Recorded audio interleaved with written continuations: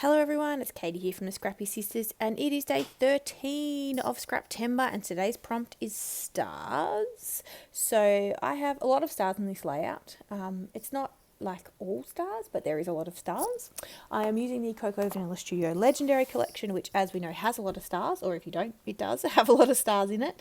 I loved this background paper, so I decided to use it both to create a border, and then once I'd done that, I thought, why don't I just use the piece that I cut out from the inside on top of the, you understand what I mean, on top of the white cardstock. I did cut it down slightly, but I really like it. I really like the border effect. And then I had this full 6x8 sheet of paper from the 6x8 paper pad, and I was originally going to layer have it as a layer behind my photo, but then I just kind of had it sitting there and I thought, you know what, that actually looks all right. I'm going to leave it like that. So I do. And then I am matting my photo in this wood grain cardstock, and I'm just creating a layer, and then I am sort of keeping my layout very straight, which I don't normally do. And I don't rule it, measure anything, so it's not probably 100% straight, but I'm keeping it fairly straight. I knew I wanted to use this piece that says, "You are my sun, my moon, and all of my stars." And so I also used the wood grain paper to create a layer behind that as well, because it was just white, and it was sitting on top of the white kind of pattern paper, and it just wasn't popping enough. And I'm also using another ephemera piece. I think it says Adventure Happens or something. I'm putting that behind the sun and moon piece just to create a little bit of interest. I've got this, what do you call it? Oh my gosh, I always forget the name of that metal thing up in the top right. It says Certified Legend, and my title is The Incredible Hero. Now the photo is a bit weird, but I'm going to tell you the story because I think it's a pretty good one. So the person in the white sitting on the chair, that's Danny, my partner. And as you can see, there's a lot of people around him. I didn't take this photo. This photo was sent to me by a friend, and this photo was actually taken, did I write the date on the back? On the 7th, no, wrong date, on the 3rd of April, so 3 days after Addie was born. Danny went to band practice, and that's what this photo is. So it's after band practice, and he was asked to tell Addie's birth story. And so for those of you that haven't heard Addie's birth story, which I did share it in one of my layouts just after she was born, Addie actually arrived at home unexpectedly, and Danny did I did all the hard work, but Danny was amazing, and did all of the things he needed to do. He called the paramedics, he stayed on the phone, he helped deliver the baby. She was fine, I was fine, but it was an intense experience, and so he was relaying the birth story to those who wanted to hear it at band. And so that's this photo, and my girlfriend sent me it while I was obviously at home with Addison. She sent me this picture and said, "Danny's telling us the birth story, holy cow, that's intense," I think was their exact words.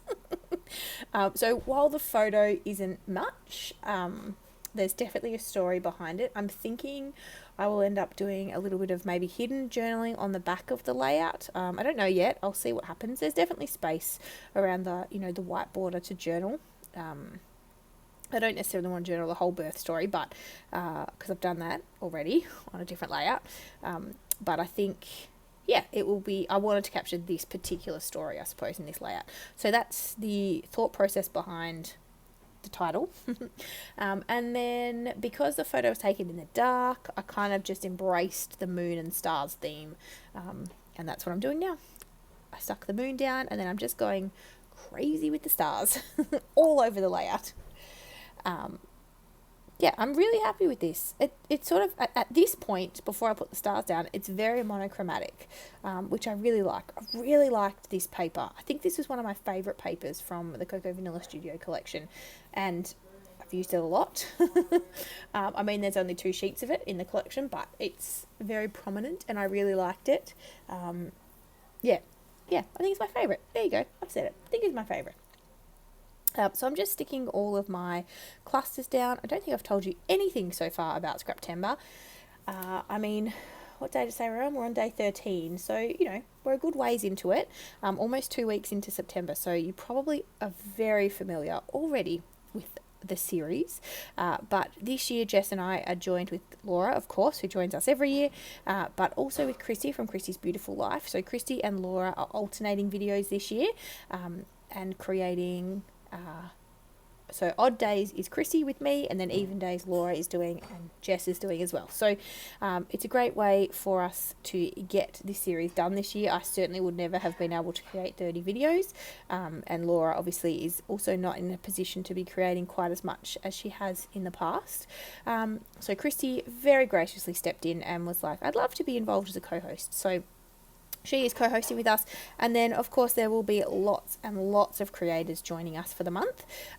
Christy, in her 30 Days of Sketches series, actually did a playlist in June, I think it was, and it was great. It was such a great idea. We didn't have to worry at all about... Sorry, I'm just turning this computer down so you can't hear the beeping. We didn't have to worry at all about, linking all of the creators in the description box or anything like that. We could just link to the playlist. Everybody would upload their own videos, and it was just a much easier way to manage it. And so I decided that that was a great idea for September. Makes our life so much easier. So the playlist is linked down below. Go and check that out because there are so many amazing videos on there. I love also that it's in a playlist because it means I can slowly take my time to watch all of the videos. So I am adding some tiny word stickers. There were some really good ones on this collection's tiny word stickers, so I won't read them out in order that I stick them down, but I'll just read them out to you.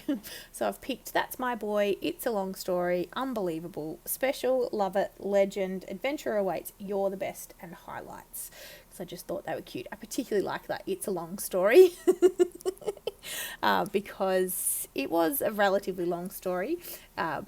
Yes, and it was just fit that picture very well, so I was very pleased with myself for that little phrase that I added.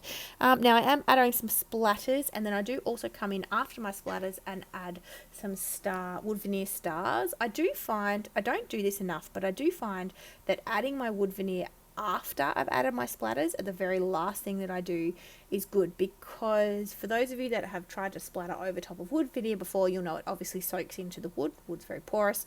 It soaks in, and it kind of it doesn't look great always. It kind of bleeds a lot. And so doing your splatters first and then sticking your wood veneer stars on, or whatever wood veneer you're using, is a nice way to avoid that. That's my tip for the day. But I am also just trying to shake up. I think this was the first layout that I made with this collection. And so I hadn't used my splatters for a while because I'm scrapping downstairs at the moment, not in my scrap room, just because it's a bit easier with the kids. And so, yeah, I didn't bring everything down with me, but I did bring my mists this time to do some splatters, which was good. So I'm pulling out some stars. You can see I've got a lot of them.